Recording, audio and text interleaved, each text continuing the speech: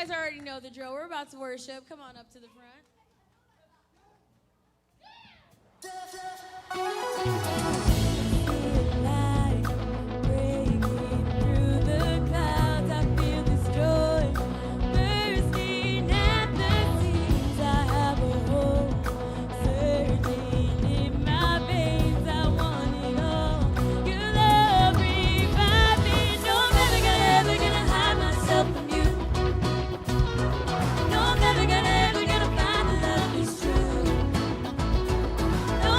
Ever gonna hide my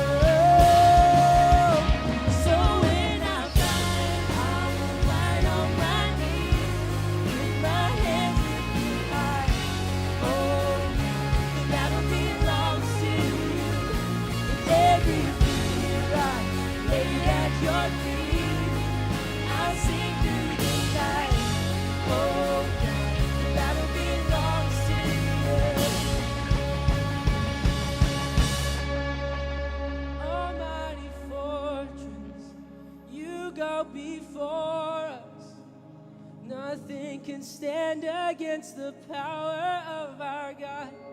You shine in the shadows. You win every battle. Nothing can stand against the power of our God. An almighty fortress, you go before us. Nothing can stand against the power of our God. You shine in the shadows, you win every battle. Nothing can stand against the power of our God. An almighty fortress, you go before us. Nothing can stand against the power of our God. You shine in the shadows, you win every battle. Nothing can stand against the power of our God. So when I fight, I will fight on my knees, with my hands lifted high. Oh, the battle belongs to you. Every tear I lay at your feet, I sing through the night. Oh, the battle belongs to you. And oh, God, the battle belongs to you.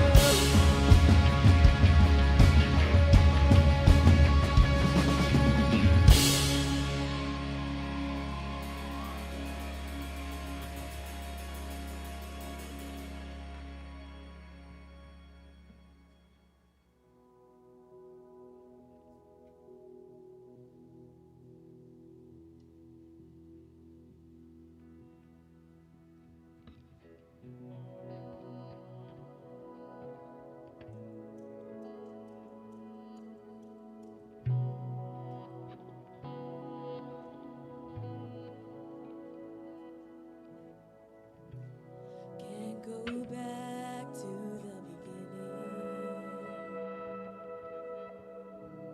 Can't control what tomorrow will bring. But I know here in the middle is a place where you promised to be.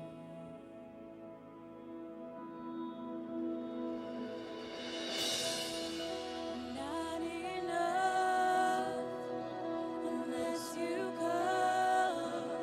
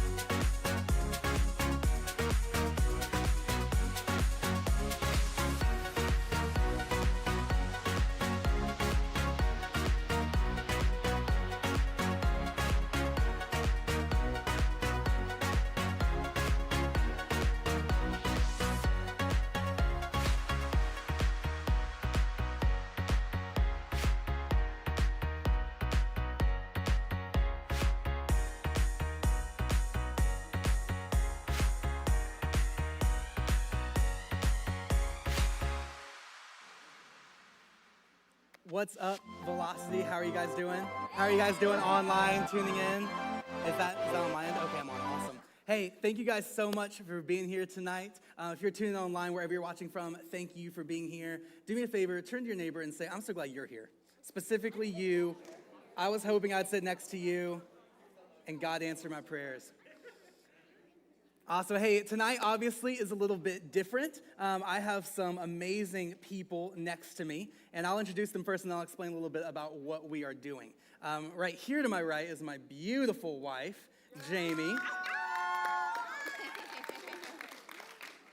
She hates doing things like this, and so I try and make her do them a lot. And she has so much wisdom, and I every time I can get her in front of people to speak, I'm like, it's the best thing. So I make her do these, I force her into it, and she's even doing it right now with a newborn that we're hoping doesn't cry while we're doing this. So if you hear anything, tune it out. We passed him off, and hopefully he'll be okay. And then you guys see these faces a lot right over here, and this is Grace and Sam. And you see them doing all kind of things. Obviously, they're on this stage a good bit. They do stuff for our church all over the place. And so I'm so glad they have joined us as well for tonight. And honestly, we're just going to have a ton of fun talking tonight as if we were having coffee together and if you guys were just over in our living room. So this is like our big living room, and we just want to talk with you guys, even though I'm the only one who brought coffee. So you guys didn't get that memo, whatever. It's an addiction. But here's kind of why we want to talk tonight and why I asked them to join us and sort of where we're going. We've been in this series called Love, Dates, and Heartbreaks, and it's all on relationships. But really more than relationships, it's really on what you're doing now impacts your later. And sometimes it's a really difficult thing to wrap our brains around, especially, I remember feeling that seat. Like, I don't feel like it was that long ago that I was sitting in your seats in high school, and you guys would say, yeah, right, that was forever ago. But I don't feel like it was that long ago. And it really does. All of a sudden, your future sort of happens. And it doesn't happen one day. It's so easy to think one day I'll be married, or one day I'll be in college, or one day I'll be here. And then when I'm at that spot, I'll be this type of person. And that's often how we think we build our lives. We are going to just be a kind of person one day. But the truth is the decisions you're making right now impact your later. It's the decisions that you make today that build upon each other to develop you into the kind of person that you're going to be. And so it's been really cool in this whole series. We've been talking a lot about dating and relationships. And what you will find if you decide to go into marriage is that what you do in your dating relationships and in your single life now will impact your marriage. It just will. In fact, there have been a lot of things that we're going to talk through that we've realized, like, man, that thing, those decisions that we made changed how we now operate. And so we wish in a lot of ways someone would have had these conversations with us and said, hey, listen, what you're doing now, it will change your later. And so there's this verse written in Proverbs, and I just love Proverbs because Solomon is writing down these like wisdom sayings to his sons before he leaves. And so he's going, I just want them to hold on to these, to think on these. And so this is just good wisdom. And I just want to say before we get into it, I don't know how you've walked in the door as far as your relationship with Jesus. Some of you would say, I'm checking out church. I'm interested in this thing, or maybe I'm not interested at all, and someone invited me or shared a link. However you walked in, I hope that you know, even if you're watching online, this is a safe place for you. That we develop all of this to have a safe place for you to explore your faith. And so a lot of what we're going to talk about, I'm just going to be honest, you can take out the Jesus stuff, you can take out the God stuff, and it will still help you in your relationships. Because what we've seen all series long is that God wants you to have good relationships. He wants you to have good relationships and avoid bad ones. And too often we think God's on the sidelines going, oh, all dating is bad, and love is bad, and attraction is bad. And that's not who God is. God does design us to have relationships with other people, but he wants you to have good ones and avoid bad ones. And so there's a lot of wisdom that we go to in what we call the Bible. It's a collection of a lot of different historical documents and things that Jesus said. And so we're going to be looking at a lot of those like we've been this whole series. And so even if you're like, I don't know about this Jesus thing, hang with me, hang in there. I think you'll be surprised by what we talk about. Cool? So here's what happens in Proverbs. Solomon is writing to his son, and he leaves this idea, this wisdom piece. He says, the simple believe everything, but the prudent give thought to his steps. In other words, he's saying the simple, what you'll see this term used a lot in Proverbs is like the idiot or the fool or like the stupid person. It doesn't think about anything they do. They just believe everything and go along without any direction to their steps. He goes, but the prudent, the wise, the successful, the ones who are going to make it, they are going to see the steps ahead of them, and they're going to give thought to them. They're going to give thought to their decisions. They're going to give thought to what they're doing now because they know it's carrying them somewhere later. And so here's the bottom line. If you get nothing else, we're going to talk about this in a marriage context, but this isn't just marriage related. Because some of you might never want to get married, and that's okay. Not everyone's going to be called to be married. But whatever your future is, the idea is that your future starts now. If I were to say, when does your future start? A lot of times we have an end date on it, but your future starts right now. And so we're going to talk specifically about some things that we learned that have impacted our marriage, but also some of these things have just impacted our life. And so really, if we had sat down and said, hey, what would you have said to a younger Jamie or a younger Bradley or a younger Grace or Sam about where you're at now? Here's what we would say. And so it's going to be a fun conversation. We might just see where this goes. I'm going to throw some questions at them that they might not have been prepared to answer, and that's okay. But really, we want this to be just a conversation and to talk through just kind of our journey. Now, here's the other thing, too.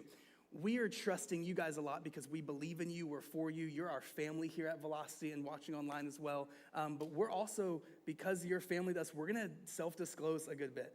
And we're going to be honest about some of the things that we walk through. And so just know that, like, we're respecting you guys by doing that, but also give us the same respect, too. And be sensitive to the things that we share. And even in this moment, I know it's easy to kind of goof off and talk to your friends, but these people have some really, really killer stuff to say. And so maybe lean in, because I really, really think it will help you in all of your relationships, marriage in the future or not. Cool? Awesome. Well, let's start here. Let's give you a little bit of background on us as couples, and give us a little bit about how you guys met. Yo. So Grace and I met at the last church that we were at. We were a part of for a long time, grew up there from being like your guys' age. Like, I think I started going there when I was in like early high school. I think you probably did around the same time. Anyway. 6th grade, dog.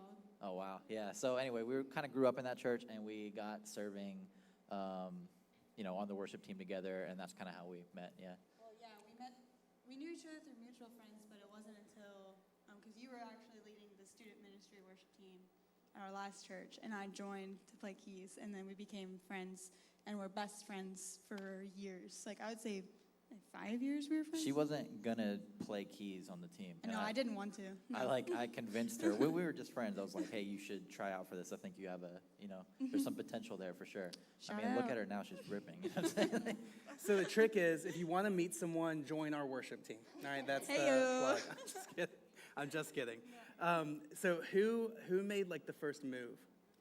I think we discovered, like, after we were married, that there are different points in our friendship that we had crushes on each other, and we both thought, like, oh, it's never gonna happen. So, like, I, like, had a crush, and I was like, forget it. And then I, like, and then you had the same thing. But you definitely made the moves on me. At a wedding. At our friend's wedding. At a wedding, that's the way to do it. I rode with some friends to the wedding, and he's like, hey, do you need a ride home? And I was like, sure, you can give me a ride home, that's fine. You know how it is. I don't know if you've ever been to a wedding. You get caught up in all the feels, you know what I'm saying? He said, this is the moment. This is the Sometimes moment. the news is just ready to be distributed, and that was... All right, Sam, we see your game. We see it. So as far as how we met, it's kind of funny. We grew up next to each other and never met for the longest time. So we grew up like maybe 5 miles apart, and she went to the private school in the area, so she was one of those. And I went to the public school. I'm just kidding. I love all of you. And so we had a lot of the same friends, went to some of the same events, and just never met. And so she ends up going to college in South Georgia. And then I end up moving a little bit out of where I was growing up and going to college as well. So now we're in college like 3-4 hours apart. And after college, she gets a job really close to where I was living, so moves back up north near me. And again, we're like 5 miles apart. So really crazy. We still hadn't met. And then eventually, they end up coming to our church. You want to Yeah, it's actually a super embarrassing story. And I'm sorry, Mom, if you're listening, because it's all your fault. But so my mom and I were going to church on a Sunday, and my mom I love her to death, but super embarrassing. And so we got to church, and they had little welcome tents set up out front, and my mom walked up to our pastor's wife and was like, I just really want Jamie to meet a boy at church. And I was like, Mom, like I was mortified. Like I was just standing there like bright red. And Who's been there? Who's got that parent? Okay, good. It's not just me. It's not just me. But so we're standing there, and I'm mortified. And my mom's best friend is with us, and they're just like all into it, right? Well, the pastor's wife was like, Bradley. And she was like, he's actually getting ordained this morning, so he'll be on stage. And my mom was like, oh, like, good, like, I have no idea who he is. So we go sit down, and my mom the whole time is like, look at him, like he's on stage, and I'm just sitting there, like, sweating, like, oh my gosh, I can't believe this is happening. And so I'm, like, trying to get out of church when it gets over. I'm like, I got to get out of here. And so I'm, like, trying to leave. My mom and her friend are literally, so our old church, like, there's, like, glass windows, the parking lot, and there's glass windows you can see into the church. And my mom's, like, waving, like, out the glass window and stuff at Bradley. And I'm like, you've never met him. You look like a total creep. Like, please stop. So I'm, like, booking it to the car, trying to leave. My mom and her friend are still, like, back talking to people. And I'm just, like, beelining it to my car, and I run into this girl, and I'm like, oh, hey, like, nice to see you, bye, and, like, run and jump in the car. And later I text her, and I was like, hey, I'm so sorry I was super short with you this morning, but I had to get out of there because my mom was trying to play matchmaker. And she was like, oh, with who? And I didn't even know she went to our church, honestly, this girl. And I was like, Bradley, because I didn't even know who he was, really. I didn't think she would know who he was.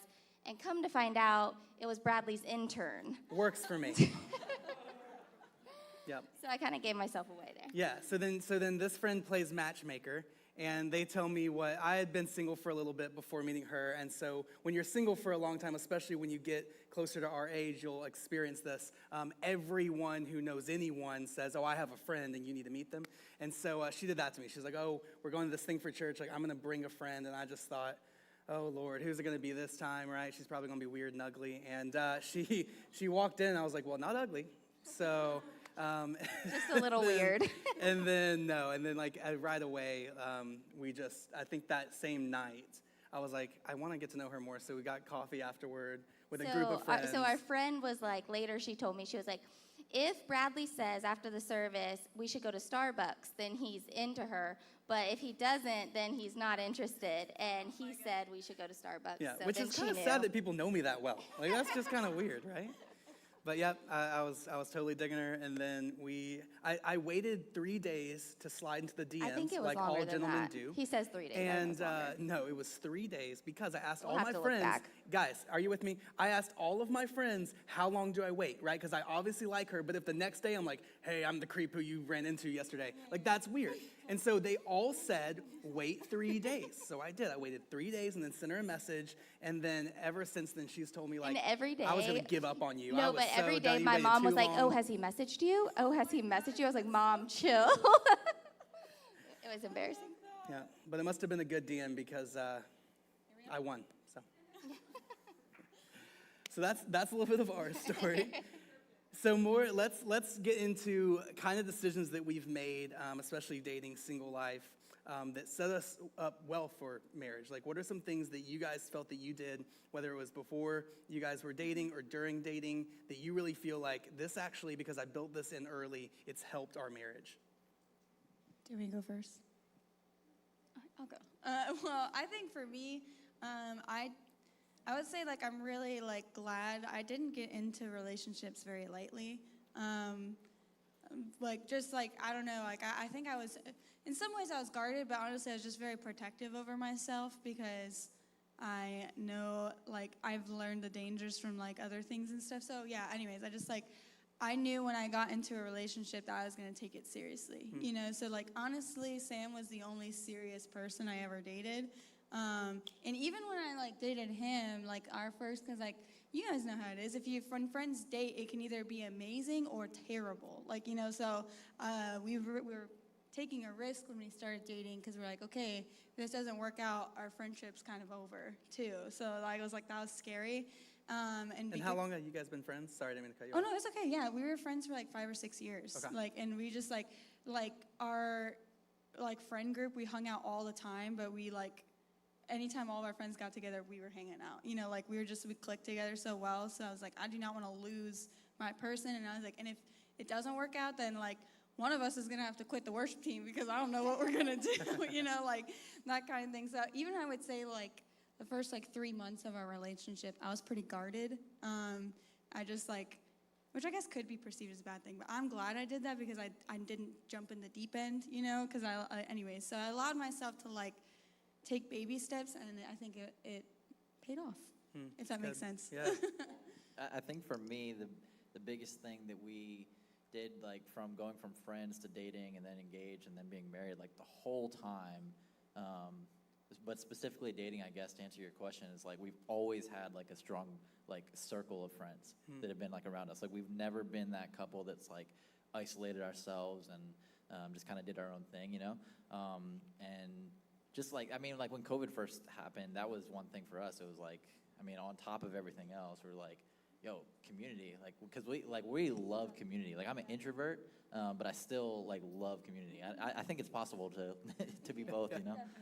That's one thing that's so awesome about, you know, Center Point and Velocity. I feel like the community is like next level. But yeah, to answer your question, I think that was one thing for us. It was always having, you know, positive people, friends in our lives and stuff. Like I would say too, like we like, yes, that's the way to, and to the point, like we kind of like set boundaries with ourselves where we didn't allow ourselves to like just be like identified by who we were dating, you know, like we made sure to have times where you just hung out with your friends and I just hung out with my friends, or we just did group hangs. We never really, we just made sure to not get like, because I think a lot of times it's easy to pull away because you're like so infatuated with that person, you know, it's very easy, and that's a good thing. But I think setting those boundaries allowed us to not like lose ourselves in the relationship, you know, so.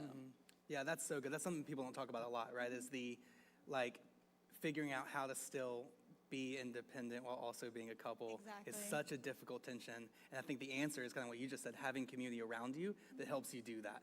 Having mentors and having friends beside you who are chasing the same things, like helps you figure out where those boundaries are, so they make sure you're not just like falling off the face of the earth and into this person's world without still managing what's going on in your own life. And that's awesome. Yeah, I mean, that definitely happens. Do you guys have any friends that like you lost completely because they got in a relationship? Don't elbow them right now if they're in the room. But Yeah, exactly.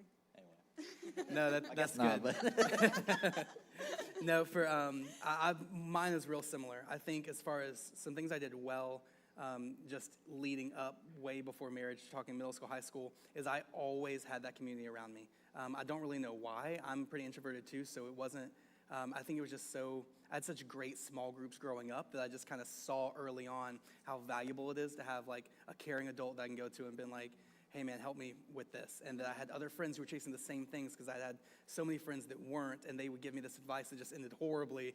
And so just learning like, okay, small group and my leader are so important, just kind of became my lifestyle. And not to like plug what we do here, but that really is why we have groups like we have them. Because it is so important that you have these relationships in your life, people who are chasing the same thing, helping you pursue and making sure that you are thriving in your relationship with God and that you're making wise choices. It's just so important. And I think that if you learn it now, it just becomes lifestyle later.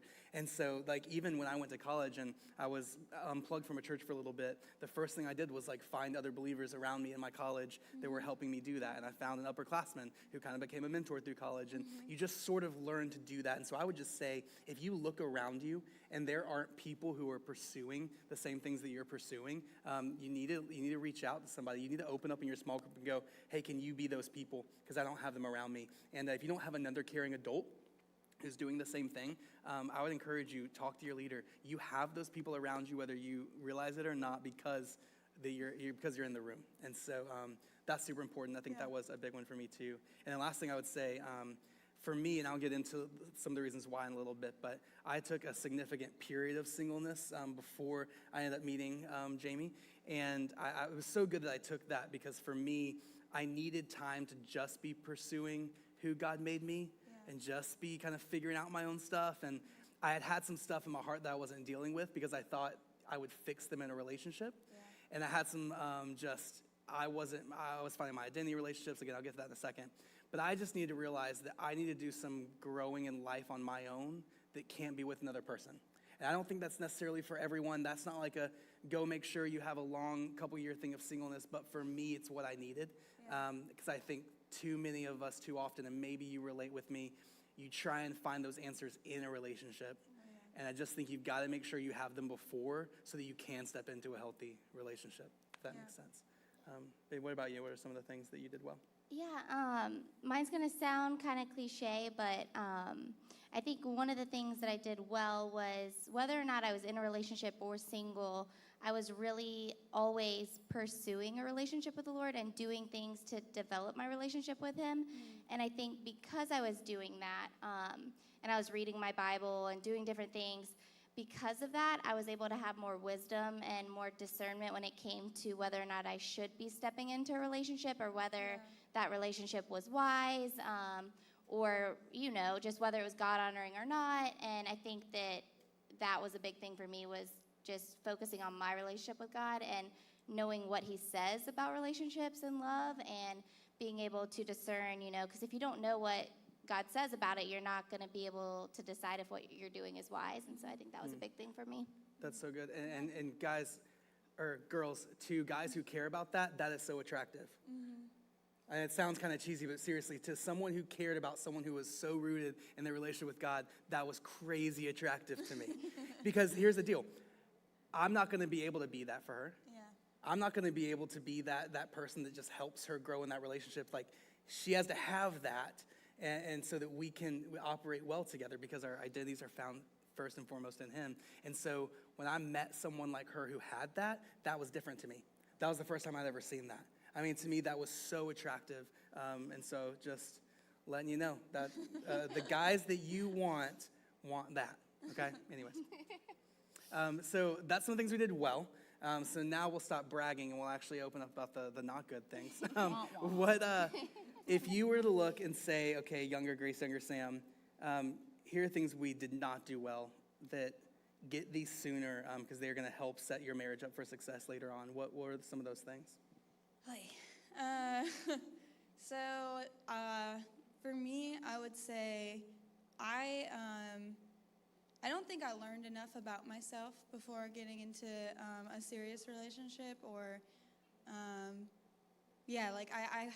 went through some stuff in my teen years, some personal stuff, I didn't really realize how much it affected me until I got married. I didn't realize how it affected my relationships, how I handle with people, until I was living with someone, and I was married to him.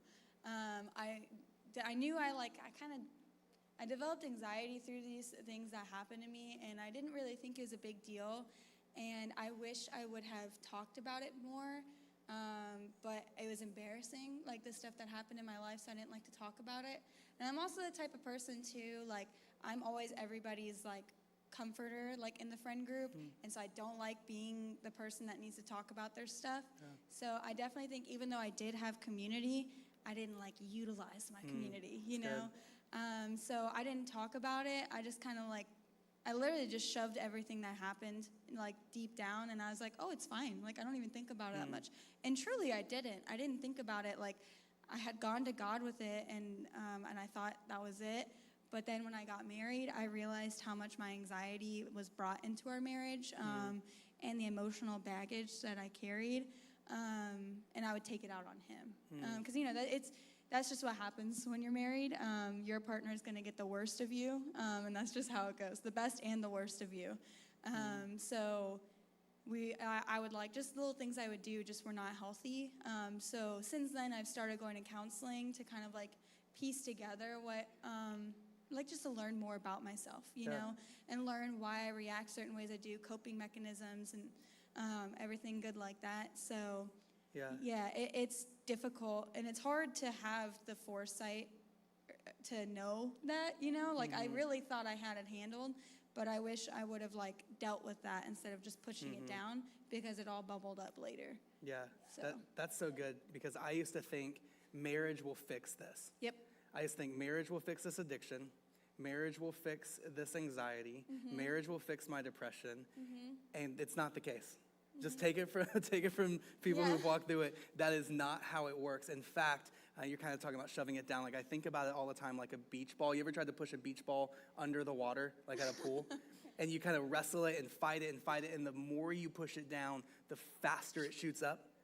And it almost will make a bigger mess the deeper down it is. that's our stuff. That's the stuff that we're dealing with. And if you think marriage is going to Band-Aid it, all marriage does is try and hold it down for it to shoot up in a huge way, because it will force it out.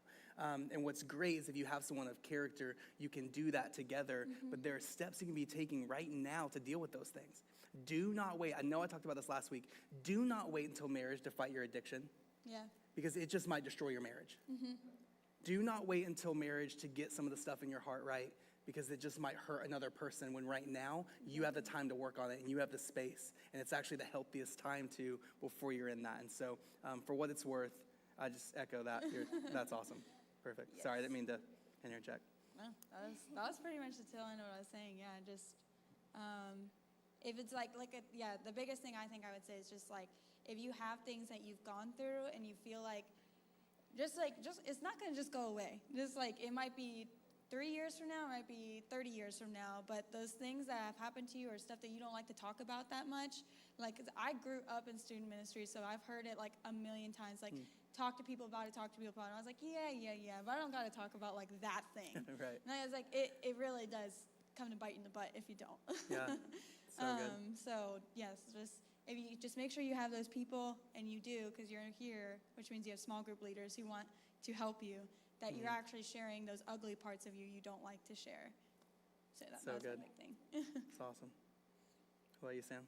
I guess for me, I would just say, and this is something that I'm still figuring out, but if I look back at like myself, like when we were dating and stuff like that, just being more intentional with my time. You know what I mean? Like I feel like if you could, I'm not sure if this is a skill you can have, like being like a boyfriend, like scale of 1 to 10, like how good are you at being a boyfriend? But I was definitely, when we first started dating, I was definitely like a 2 or 3, maybe. That's okay, baby. Because like, I was just always trying to like skate with the homies, and I wasn't making time to like pour into our relationship. You know what I'm saying? And like, that's something that I would change for sure. Just being more intentional with my time and like building, like, you know, our relationship, building that up. Yeah. That's huge. I was thinking about things that I just didn't do well. One, I think, for me, for the longest time, I found all of my identity in a relationship. And I wouldn't have said that at the time, because no one says something dumb like that. But all of my emotions are wrapped up in a relationship. When I wasn't in one, I was trying to be in one. And I felt like I didn't fit in when I wasn't in one. And then when I was in one, I was trying to control and make sure I was trying to image manage. I would even only date girls if they would like help me get more popular. It sounds so stupid and horrible. But if I look back now at my life, I really was just finding all of my worth in a relationship. So if I wasn't in one, I felt like I was worth less. And if I was in one, I had to make sure it felt right to where I was worth something. And if they didn't give me the attention I wanted or anything that I wanted, then I wasn't happy in it. And then when one would end, and I started to really realize this in college, when one would end, all of my emotions, all of my everything would be so tied up in that I would dive into depression, anxiety, and stuff that if I look now and go, why was that around a person? But it wasn't because it was around a person. It's because I was wrapping so much of my heart up in being with a person that I didn't know what it was like to just have my heart wrapped up by Jesus, and to know what it was like just to be who I am truly. And so I had done that for so long. And it sounds so weird to sit on the other side of it, but really that's what I was doing. And so I don't know if anyone like relates and you're feeling like, man, that's kind of what's going on in a relationship. I would just say maybe try being single for a little while. Like maybe step out of it for a bit and not try to get in one and not wrestle with it. Because here's what this did good for me. Once I healed up and figured out what was going on in my life, I started dating again. And I went into the relationship or the date, like first date, awkward coffee, whatever, going in those first dates going, I'm just going to be me. I'm just going to be who I am. And if she doesn't like this person, then that's okay. And what I'd done in the past was go, how do I make sure I play the game and am smooth enough and say the right things and hide this part of myself and then talk more about this part that I don't even really like that and whatever. And I just went into dating before I met Jamie going, I'm just going to be me. I'm just totally going to be me. And what was so cool is that we both talk about now how we did that on our first date. Like, it was pretty casual. We showed up like, if she doesn't like me, cool. Like, that's how it's going to be. And because I was in that space, it allowed us to really have a true relationship that wasn't fighting for each other's worth. We knew our worth. Yeah.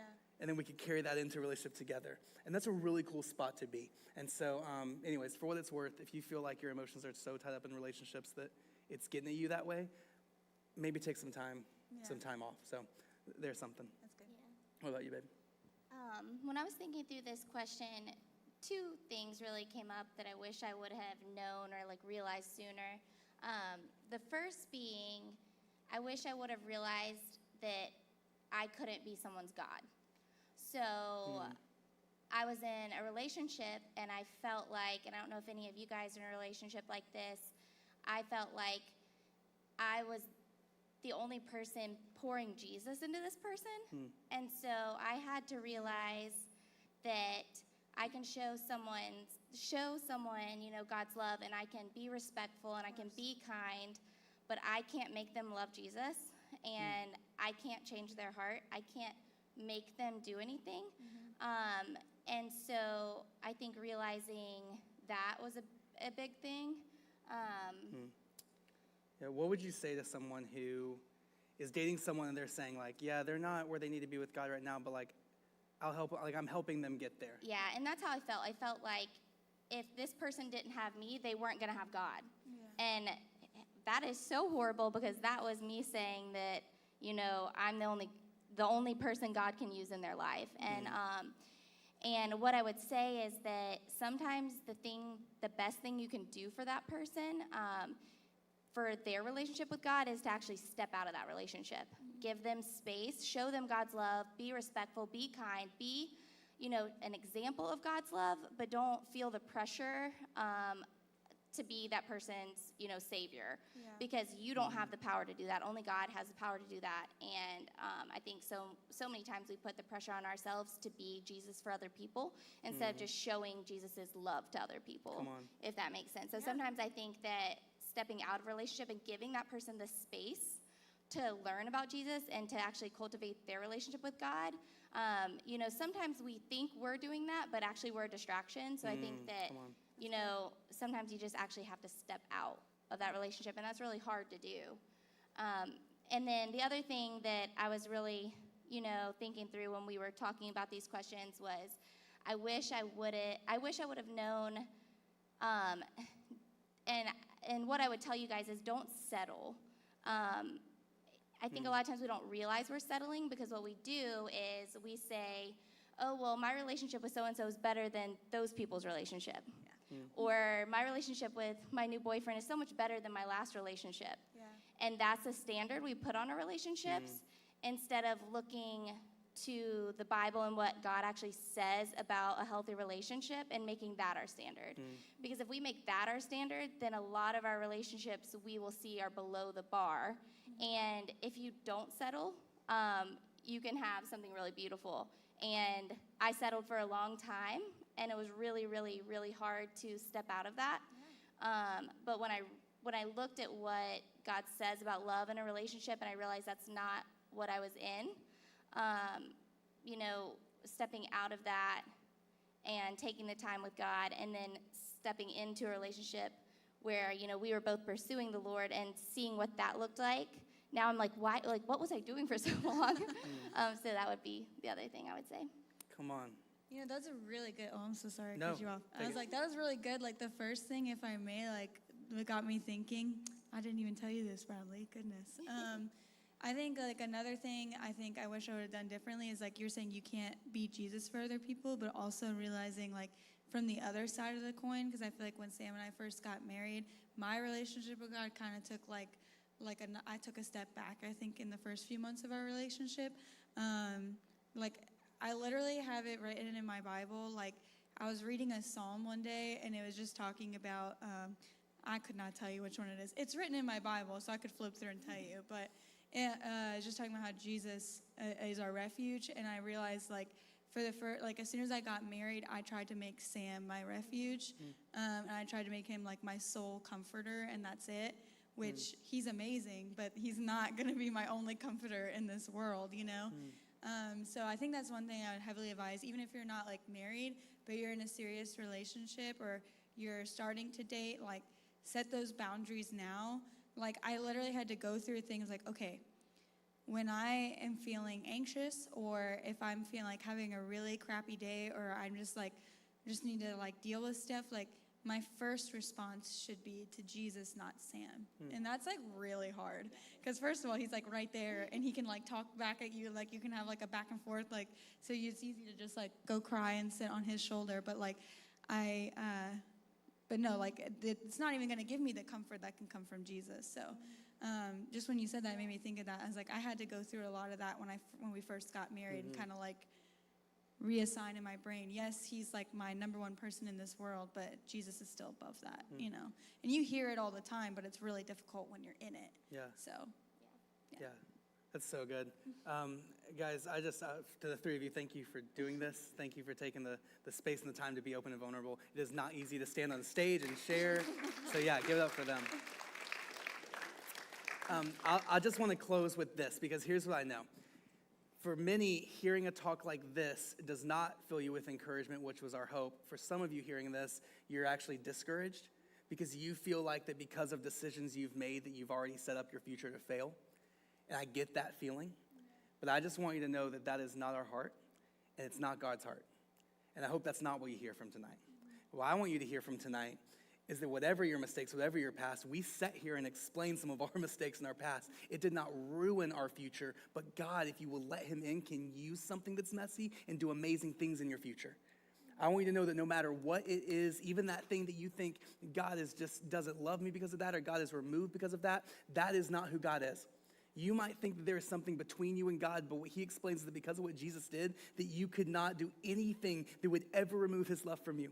And so anything that you are looking at in your life or your past or your mistakes, and you were to think that they would make you less worthy to God, tonight I hope you hear that you can put that thing aside and know that he has so much worth and value in you. Yeah. That when he sees you, you are his workmanship, you are his creation, and guess what? He has a future in front of you that no sin or mistake can erase. He has a plan and a purpose. He has a future of whatever that looks like for you, and no mistake that you make is going to derail that. And so let him into it. He wants to use your mistakes. He wants to use those missteps. He wants to use what you look at and go, that's broken and that's messed up. Let him do something beautiful through it, and he will rewrite your future story. And so just take it for now. It's not coincidence that you're here. It's not coincidence that God is speaking to you right now, that maybe there are things that you're doing and you're on a path and you were to go, honestly, this isn't the path I need to be on. These aren't the decisions that are going to take me to the future that I want. And so start now. It is not too late. Whatever your past, whatever your mistakes, it is not too late. And so I just want you to know that God is so excited about you. He is so proud of you. He is so happy that you are his son and his daughter. And maybe the reason that you've heard some of these things tonight is to start letting him into some of those areas now, because your future, it starts now. Guys, let me pray for us, and then we'll get going to groups. Is that cool? Awesome. God, I just thank you so much for the stories of everyone up here and their willingness to share and to speak. God, I thank you for the ways that you've moved in our lives. And then even when we took missteps and we made mistakes, that you had a better story to write, and that you entered into our situations and helped us continue to move forward and to grow and to chase after you. And so, God, I just pray for every single student in the room, that whatever they're walking through, whatever season is in front of them, that you would be so present, that you would make yourself so known, and that there's a student in here that feels like there is shame or guilt over their mistakes, that you would help them see tonight that you love them in spite of it. In fact, you want to use it. And that, God, you would begin to heal tonight, that you would begin to put pieces back together, that you would help small groups look to their right and to their left and link arms and to chase after you together, because, God, you have amazing futures to write. I almost get emotional just thinking about all the different futures in this room and all that you want to do. And God, I just pray that you would do that now.